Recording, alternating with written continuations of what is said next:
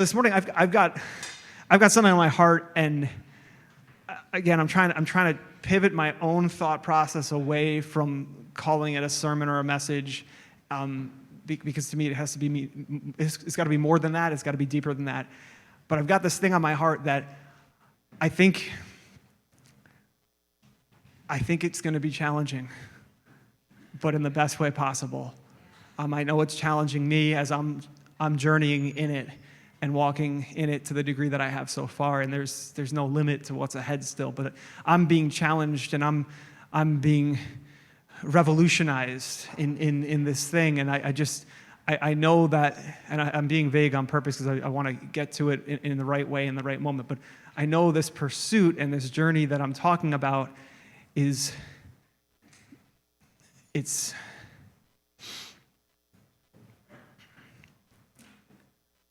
everything. I mean, to me, it's everything. I don't want to proceed without this pursuit. And yeah, it's his heart. It's him. It's carrying intimacy with him. And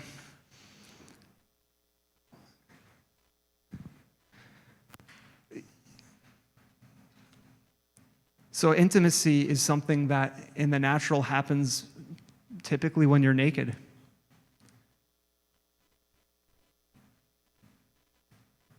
Thank you for not laughing at that, by the way. Yes, I could feel like you're like, do I have to say? It wasn't a joke. It wasn't a joke. So thank you for realizing it wasn't a joke. Intimacy in the flesh, in the natural, in the earthly realm is something that, at least that form of intimacy, typically happens when you're disrobed. And there's something about just being disrobed before him in the Spirit. And what I'm talking about it's not sexual, it's not necessarily even romantic, maybe that's an example, illustration type of picture, but it's not that, yet there's a corollary to it. And when I say being disrobed in the Spirit, what I really mean is there's walls and there's layers of things and there's stuff that covers us, and it maybe even makes us feel secure or comfortable, and it's stuff that we're used to, and it's stuff that we've accumulated and we're carrying. And I'm not even saying all of it is bad or wrong. A lot of it maybe isn't wrong or bad at all.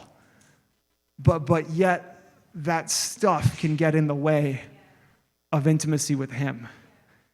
And there's this space within our relationship with the Lord where you're not just invited to let go of that stuff. You can't really get what he's trying to do fully until you let go of that stuff. And I just think, in Luke 15, there's that parable. There's 3 parables, but there's the third parable in Luke 15, and it's the one that most people and most Bibles even subtitle or subheading is the parable of the prodigal son.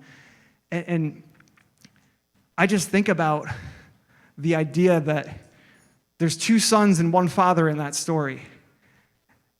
And the person you have to pay the most attention to in that story is actually the father. There's something to learn from the sons, but you got to pay attention to the father in that story. And I noticed that,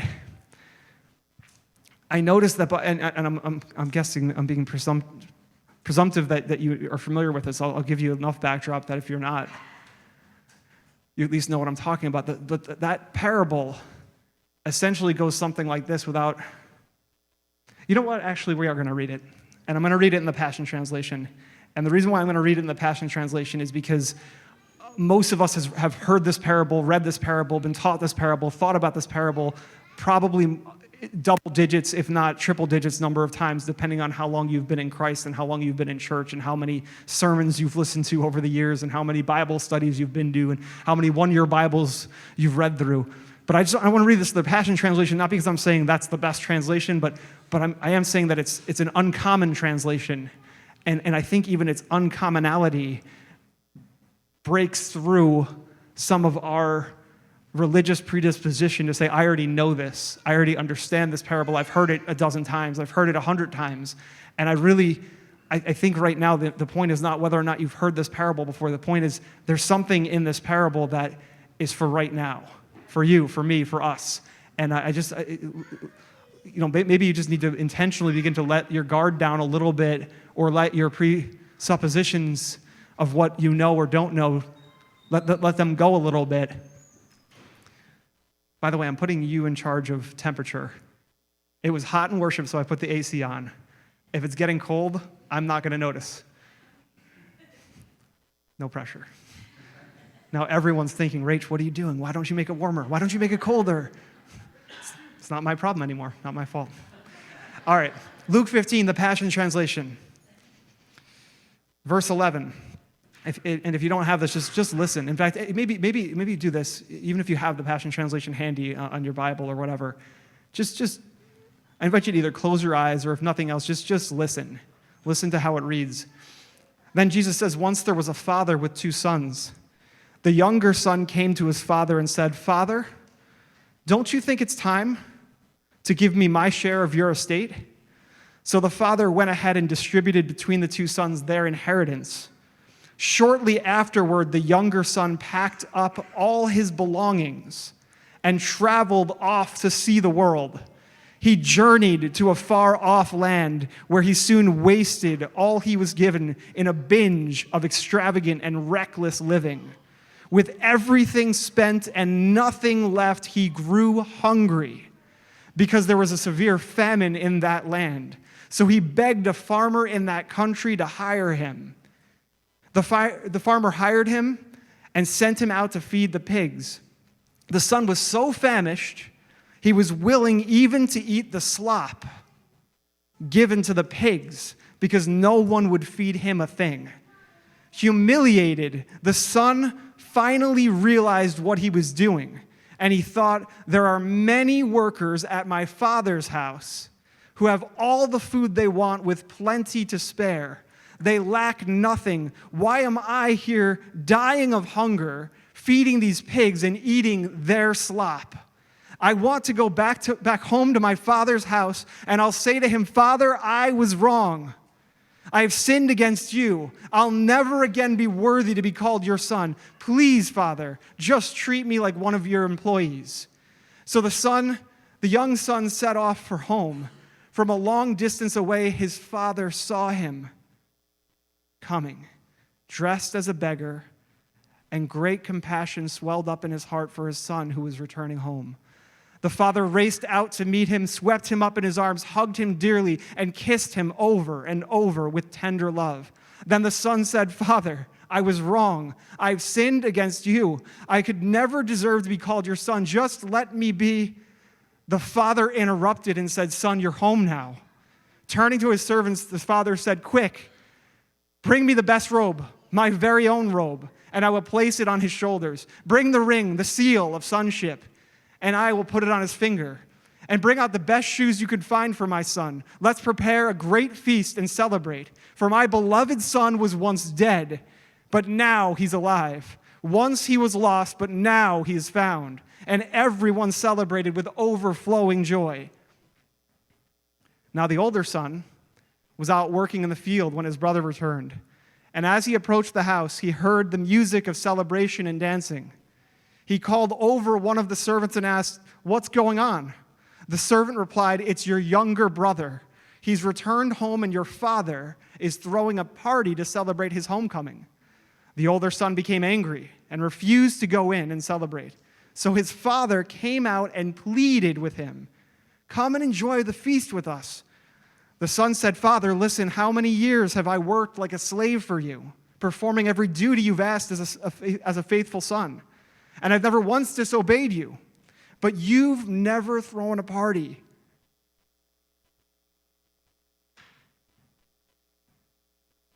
You've never thrown a party for me because of my faithfulness. Never once have you ever even given me a goat that I could feast on and celebrate with my friends as this son of yours is doing now. Look at him. He comes back after wasting your wealth on prostitutes and reckless living, and here you are throwing a great feast to celebrate for him." The father said, "My son, you are always with me by my side. Everything I have is yours to enjoy. It's only right to rejoice and celebrate like this, because your brother was once dead and gone, but now he's alive and back with us again. He was lost, but now he is found."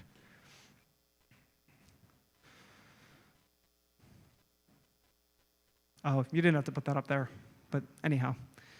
So hopefully you were tracking with what I was reading rather than try to read along there, because it's saying the same thing, but again, I'm trying to break through just with a language differential, if nothing else. And I noticed something in that parable. The father doesn't change throughout the course of the story. The son's hearts are the only variable in the equation. And it's very interesting. So if you think about it,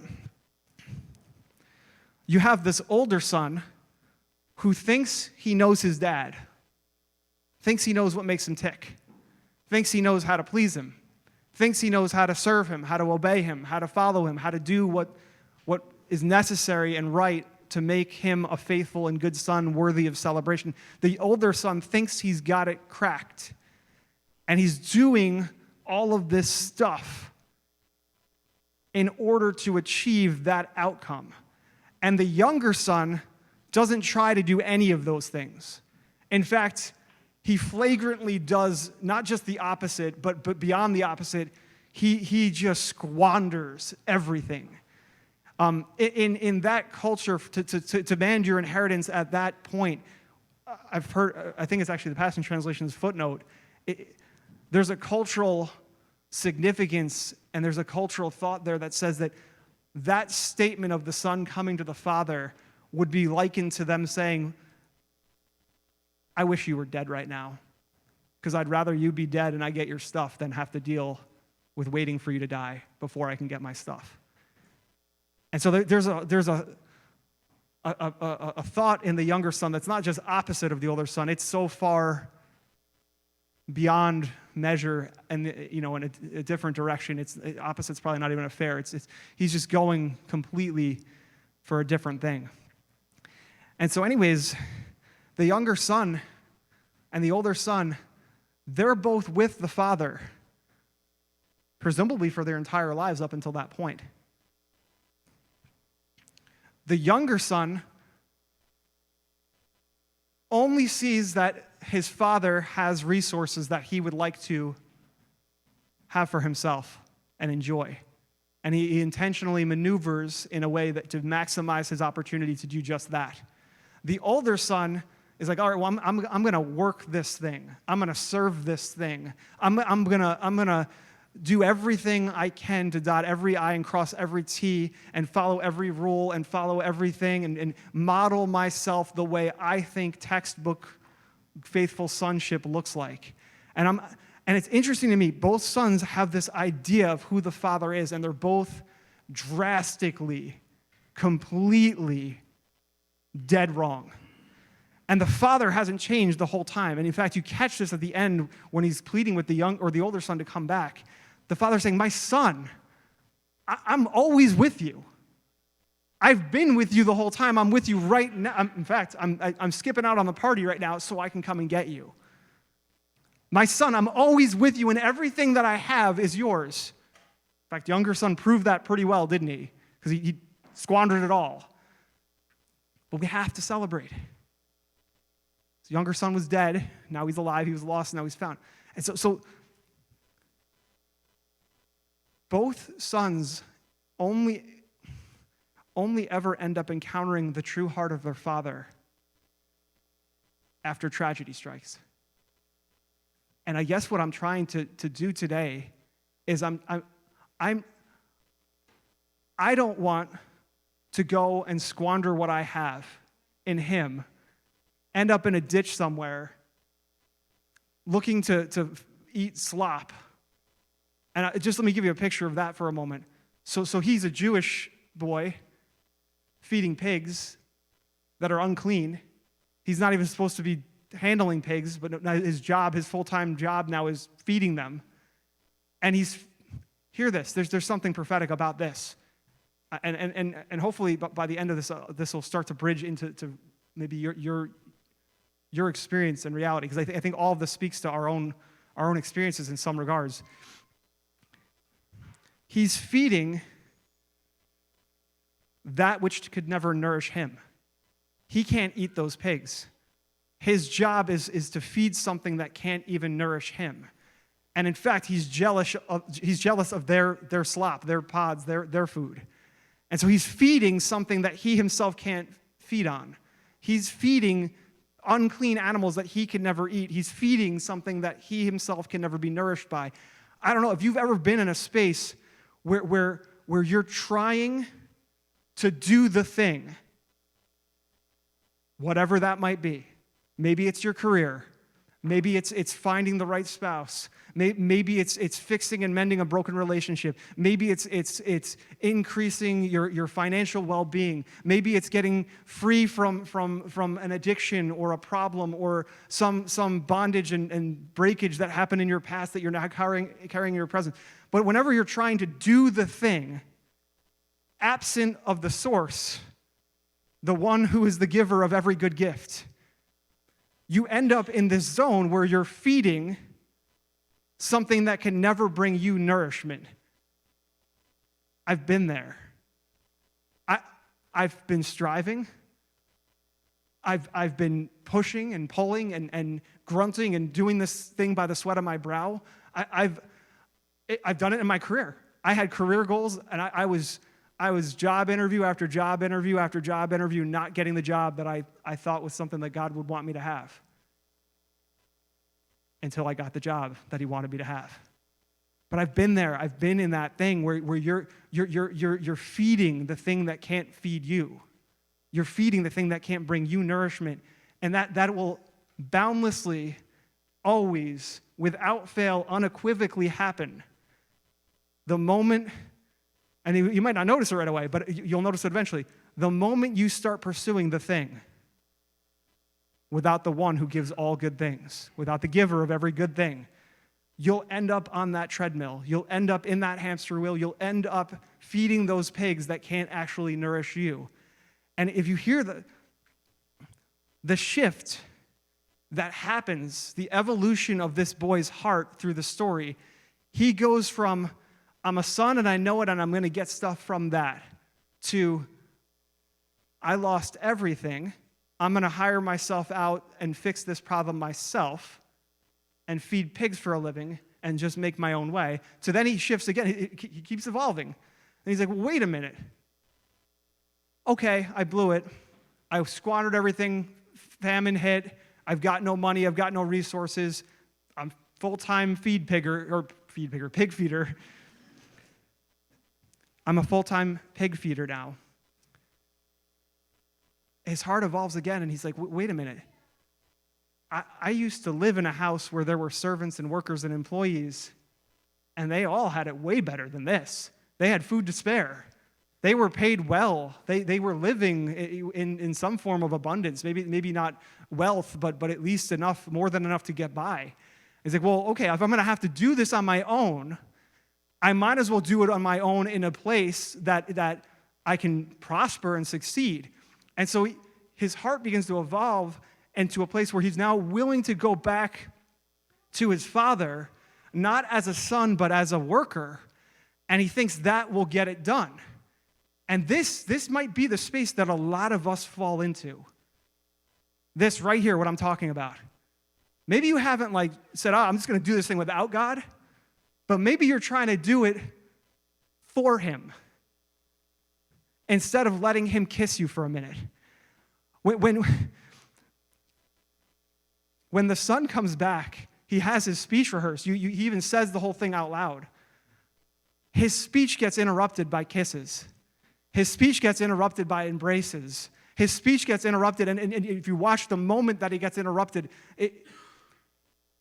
the father won't let him utter these words. Let me be like one of your servants. Make me one of your employees. The father stops him and says, quit. There it is again. All right, well, we're going to give up on that. I can only embarrass myself so many times in a row before you have to cut your losses. Last time we did it, I had this great snap the second time, and it made me feel like, well, look, hey, I could snap, right, guys? But not this time. Quick. Robe.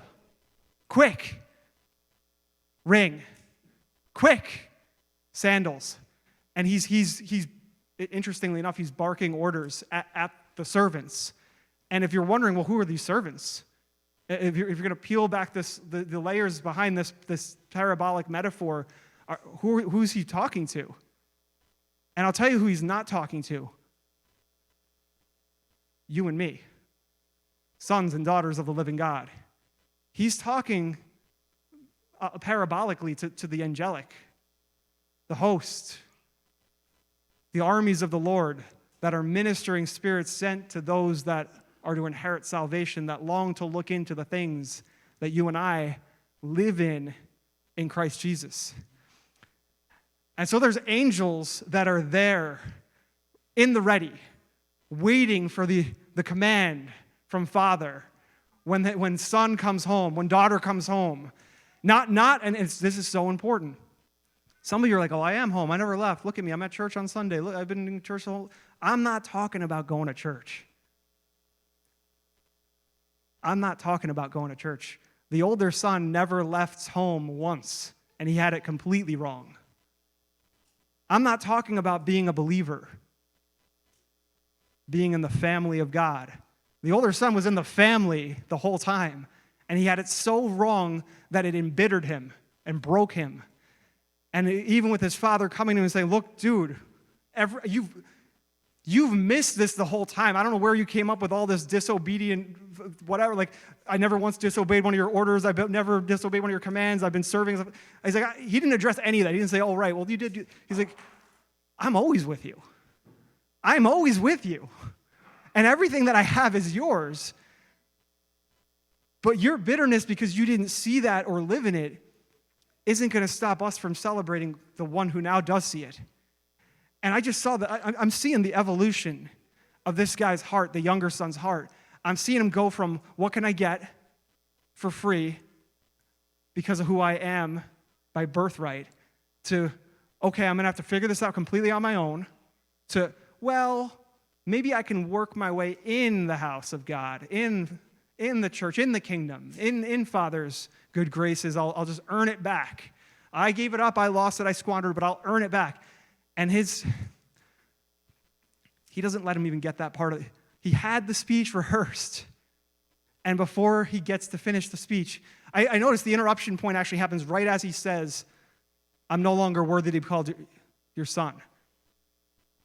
That's when the father heard enough. He's like, all right, we're done with the speech now. Get the robe, get the ring, get the sandals, go kill the calf. Start getting ready for a celebration. He didn't want to hear the rest of the speech. He didn't need to hear the rest of the speech.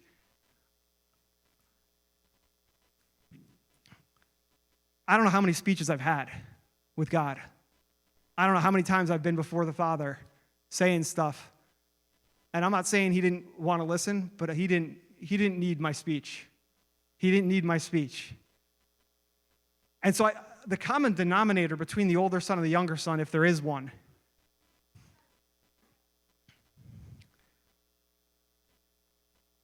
it's a disrobing of what they thought mattered, of what they thought was going to get it done, what they thought would be the right approach. It's a disrobing of those walls. I don't know exactly what their childhood must have looked like, but when I think about it and imagine it, and whatever, it's a fictional story that Jesus is using for the point of illustration, so it's not, but whatever. When I think about that story and I try to imagine in that fictional framework, what was it like for them in that fictional framework of growing up with this father, but not actually knowing who their dad was. And I just think to myself, what a loss. What an avoidable loss And I don't want to have to go through the progression of evolution of my heart that the younger son went through. Maybe I've already gone through some of it, but I don't want to have to do it because a famine came and ruined my life. And I don't want to wait until someone else finally gets it around me, and then I get jealous and envious of them and the party that they're living in, and then I get grumpy about it and then say, why don't I have that? And then I start to realize, I could have had it the whole time. I don't want that either. There's something about the Father's love that the only variable that was changing in that story were the boys' hearts. And I'm telling you, some of you, and this is okay. I mean, I've been here. I probably did this like as recent as a few weeks or months ago. Some of you are looking at our time of music worship as an impediment or an obstacle or a chore to get through. And you're almost like, all right, well, hopefully I only do 3 songs and they'll wrap this thing up because I'm at church and I want to be done by 12 and hopefully whoever's speaking has a good message that speaks to my heart and helps me because that's really what I'm here for and blah, blah. I'm glad you're at church, and I'm glad you want to hear the word if that's true. I'm making this whole thing up, so I don't actually know that. But I'll tell you something. His kisses, him embracing you, that happens through worship. That happens when he's washing your feet, and you're sitting at his feet. And you could be in worship right now, by the way, and I hope you are. I hope a lot of you are. But it happens in worship, those moments of encounter, those moments of embrace, those moments where you hear him say, I'm always with you and everything I have is yours. Those moments happen when you're encountering him. And the music is a vehicle for those moments to transpire. The message needs to be a vehicle for those moments to transpire. Like I said, I'm really not particularly interested in preaching sermons anymore. I don't, this is not a classroom. I am not a professor, and I don't need to give you a 3-point sermon to teach you the ins and outs of topical Bible study XYZ. There's value in that, so I'm not belittling it, but that's not what church is. That's called Bible college. And if you're interested, there's lots of options. You could do it remotely online, in fact. That's not what church is, though. Church is the gathering of the ecclesia. It's the gathering of the sons and daughters of God coming together, and it's when 2 or 3 are gathered. So this is church, because we beat the 2 or 3 mark. But I'll tell you, church can be happening throughout the week in your homes. Church can be happening. You can go for a walk in the middle of the woods with a buddy, and that could be a moment where the ecclesia is doing business in the kingdom. And I'm not trying to talk you out of attending a Sunday morning church either. I think there's value in the larger assembly. And I think that's, if you look at the biblical pattern, they were doing that, but they were doing a lot of stuff. Their church meetings weren't constricted to synagogue or temple, though they did use those venues. At some point, the early Jewish assemblies that became Christian, they were just using the same buildings. Where they used to go to synagogue just became, now we go to church here. And this is good. What we're doing right now is good. This is part of it. But this is not all of it. This isn't all of it. If you showing up here on a Sunday morning for an hour and a half is the whole of what you do to connect with God throughout the week, I'm telling you, I don't know if I need to call you a younger son, an older son, or somewhere in between the evolution. You're probably the evolving younger son. I don't know. But you're missing his kisses. You're missing him putting a robe on you. You're missing that ring, that seal of sonship. It's not just a nice thing that hey, everybody in the family, they used that to do transactions. So they had this stamp, so they could press into the wax or whatever they had, and they go into town, they go into the village, and they do a transaction and say, look, I don't have a credit card because that doesn't exist. We don't have ATMs, but we have rings with insignias on it, and I could stamp this thing, and you know that my Father's resources back this stamp. And you're like, well, wait a minute, I thought that was the younger son's problem. He was trying to do that. Yeah, hear it correctly, though. The problem wasn't that he was trying to do that. The problem was that he was trying to do that without his father. It's the same problem that the older son had. The problem wasn't that there's nothing wrong with wanting to be a faithful son. But please don't be a faithful son without an encounter with the living God. Don't be a faithful son who hasn't been embraced by your father recently. And you're like, well, I don't know how to do that. What are you talking about? This feels very, I don't know, mushy. And if you're a dude, you're like, I don't even know why I keep on talking about kisses, and why are you talking about a man kissing me and disrobing and intimacy? First of all, you need to pray through some of that, because you got some bondage there if this is bothering you that much. But second of all, man, again, this is not about sex and romance. This is about him who is love. God is love. He is love. And I mean, there's Bible verses. If I want to do here a verse, there a verse for a minute,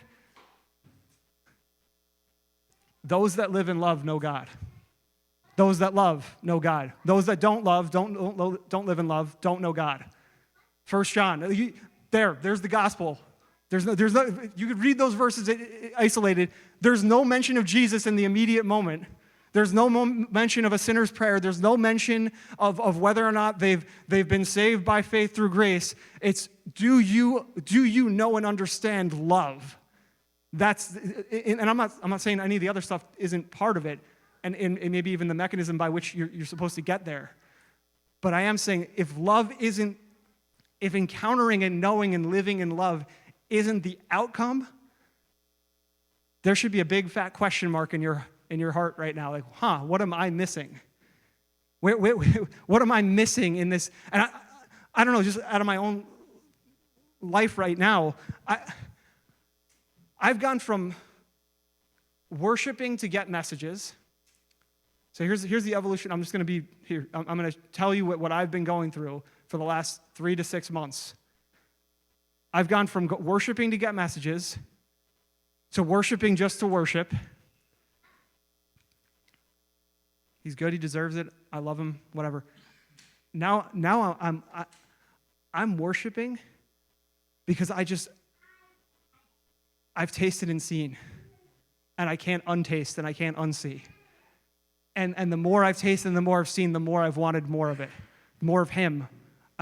I've been weeping for no reason in worship. I've been overwhelmed. I've been inundated with his presence. I've been inundated with what his Spirit's doing. I'm watching it happen to Celeste right now. I'm watching it happen to a few different people right now. I love the dream. Can I do this?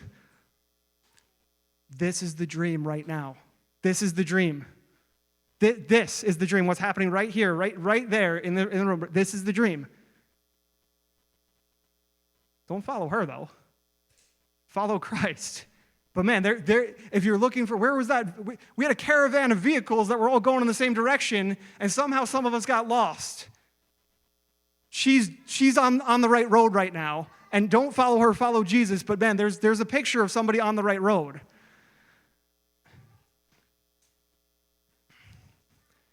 And it doesn't mean that every time you worship you have to cry or have this big emotional, explosive thing happen. But man,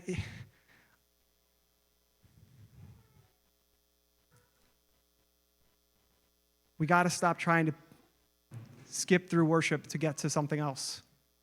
We got to stop treating this as a classroom or some Bible college approximation. It's just not that. It's none of those things. This is a gathering of sons and daughters who are here to touch the living God together. And beyond that, there are graces and gifts on each one of you that I need and you need from one another and from me and from each other.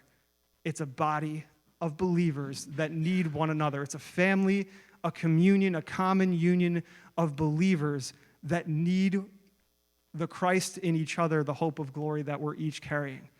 I need Christ in you. I need him. And your unique expression, you are the only one who will ever express Christ the way that you will express Christ. There is no replicate, duplication. There's no clone. I don't care if you were an identical twin or triplet or whatever. You are the only person who will ever express Jesus Christ through your flavor the way you will express him. We need each other. We need each other.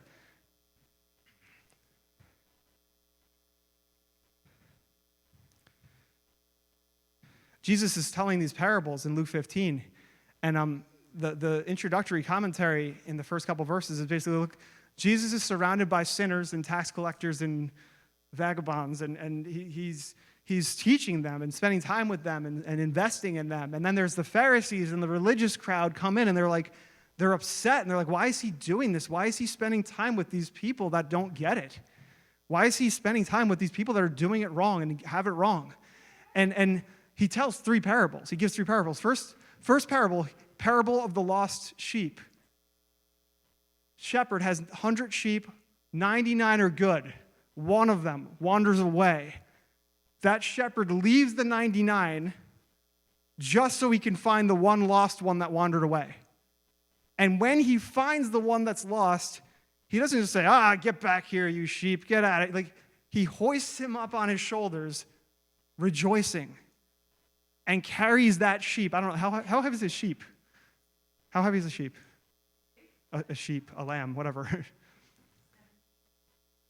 So, not nothing. Like, okay, this shepherd's probably a burly dude who works out in the field. But man, I don't know, is he carrying this animal several miles in the wilderness? I don't know. But like, he's rejoicing and he's hoisting this thing up on his back and his shoulders, face to face with this whispering, sweet, sweet sheep nothings in his ears. And then so he doesn't even stop there, though. He gets back to the fold with the 99, and he doesn't say, oh, cool, I got my sheep. He actually throws a party. He invites his friends, and this is what it says. He invites his friends and his neighbors, and they have a big celebration because the lost sheep has been found. He's not talking about sheep, by the way. He's talking about you and me. And again, if you're like, I never left church, I've always been in church. You might be the sheep in church right now. You might be the lost sheep who's sitting in a pew who needs to hear this. And he tells another parable. He's like, look, there's this woman who had 10 silver coins, 10 of them, and one of them went missing. So she lights a lamp and sweeps through her whole house, looks at every nook and cranny until she finds the one lost coin. And do you know what she does? After she finds the one last coin, she throws a party with her friends and neighbors, and she celebrates over the coin. And then he tells the parable of the loving father, or the two sons, or however then he tells the parable we just read out loud. But if you watch that, there's a couple things that's really interesting. First of all, watch the numerics. First, he's after the one out of the 100, right? There's 100 sheep. There's a crowd of this type of commodity or person, whatever it is. There's a crowd of you. And I only lost 1%, just one. There's crazy stuff happening back there. I only lost one, and yet that 1% was valuable enough not just to leave the 99, but to hoist him up, rejoice, and then throw a party at the end. Then he loses she loses 1 out of 10. And that 1 out of 10 was valuable enough to throw a party. Then there's only two. There's two sons, one younger, one older. And what you're getting is you're getting this dimensional numerical picture of how God sees us. Each individual is valuable uniquely in a crowd, but it gets more and more personalized and individualized as you get deeper into these parables. I don't care if there's two of you. I don't care if and you both are dead wrong. I don't care if you live with me your whole life and you still don't know me.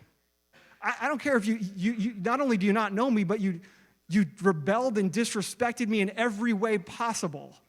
You did everything possible wrong. You wasted the inheritance I gave you on prostitutes. How shameful. And he doesn't come at him with shame. He doesn't say, okay, well, we're going to have a talking. We're going to give you talking to first, and then we'll talk about maybe you can start, being a son again after after 6 months of probation of not being an idiot. But then we'll see. He's like, no, get the robe now. And the robe, it's his robe, by the way. How do I know that? Well, the son squandered everything he had. He probably sold his robe. So what in the Bible, what is the robe? It's a robe of righteousness. You were never meant to do this in your own righteousness. It's his righteousness. It's his robe. It's his robe. And so anyways, let me finish this thought up. You've got the shepherd leaving the 99 for the one. That's a picture of Jesus, the good shepherd. You've got the woman losing the one coin, lighting a lamp and sweeping through and searching. That's a picture of the Holy Spirit. And this would have been very offensive to the Pharisees because in that parable, if you really think about it, God is a woman in that parable. God is a woman in that parable. So the Pharisees are like, what did you just say? And then the third story is the story about the Father. That's the Father. So you got Son, you've got Holy Spirit, and you've got Father in each of these parables. And he's just showing you. He's just saying to you, I don't care what expression of me you connect with in the moment. All three of my primary expressions, Father, Son, and Spirit, they're all saying and doing the same thing. They all see you the same. It's unconditional love. It's kisses. So anyways, I guess I didn't finish my story. I've been encountering him and his embrace. I've been encountering his voice, his kisses, whatever you want to call it.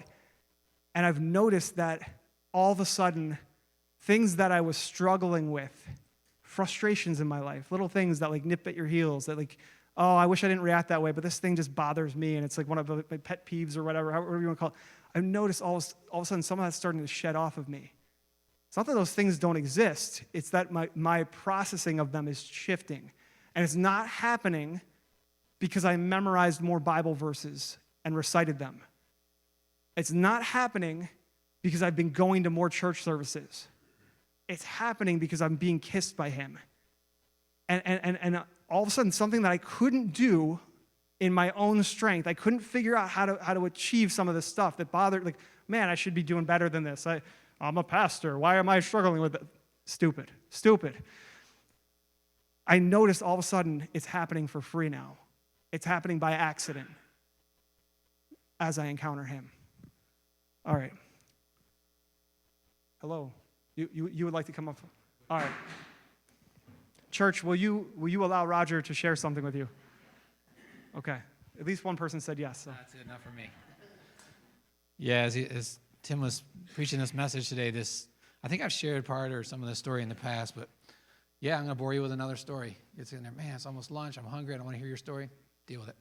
Anyway, so I want to tell my own prodigal son story. So I'm the youngest of 11 children, all right?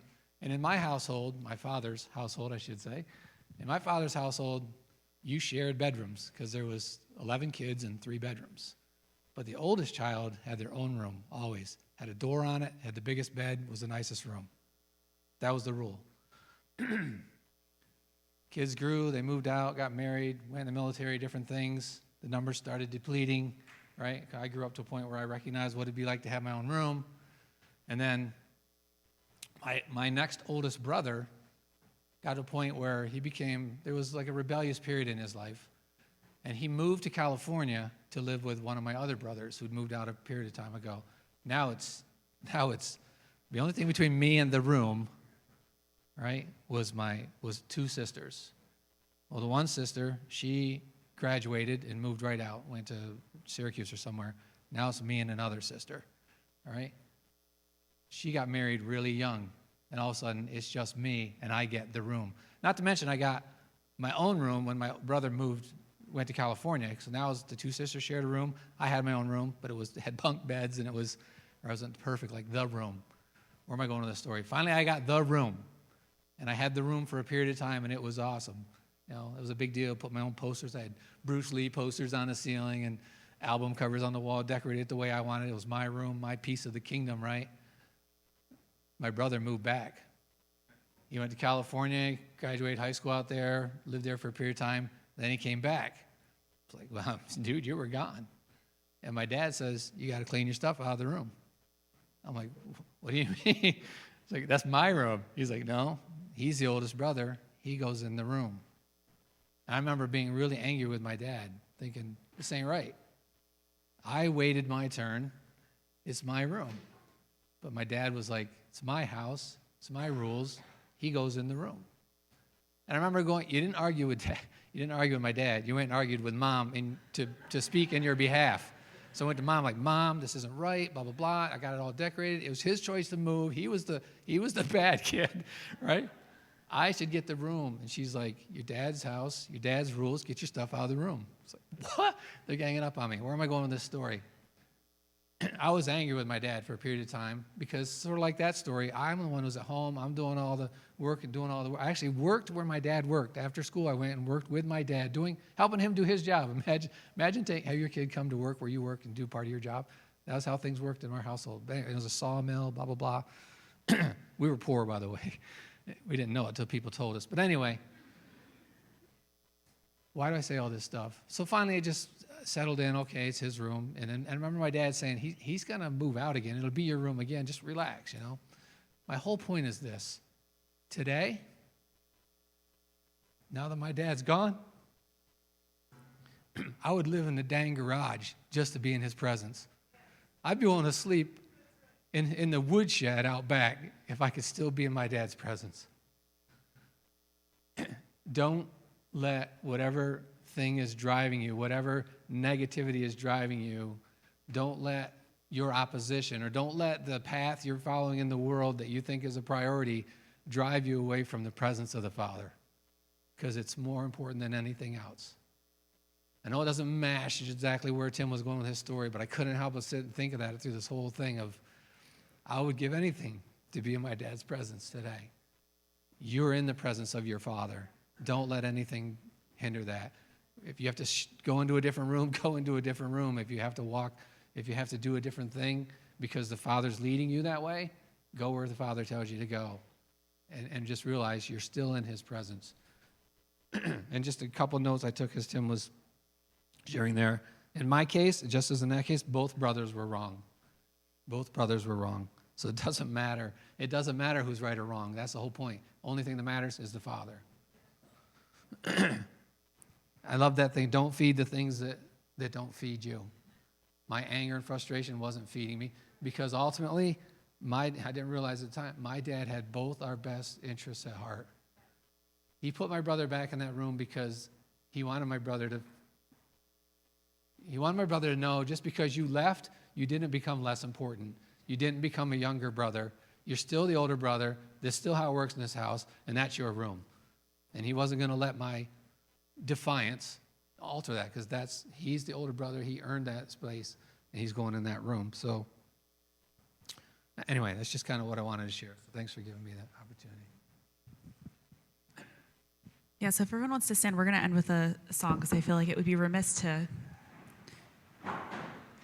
hear Tim preach about how worship is the opportunity to really let the Father love on us. And you'll all know the song because it's a classic. But I will say that we're gonna sing How He Loves, and this song is always really special to me because I feel like I've been both brothers. Anyone in both brother category? That's not good news, but I've been both brothers, and I feel like when the love of God really stuck was this realization of really the love of God. I think you can preach the gospel all you want, but an encounter with the Father is what changes everything. So I just invite you to join me to encounter God this morning.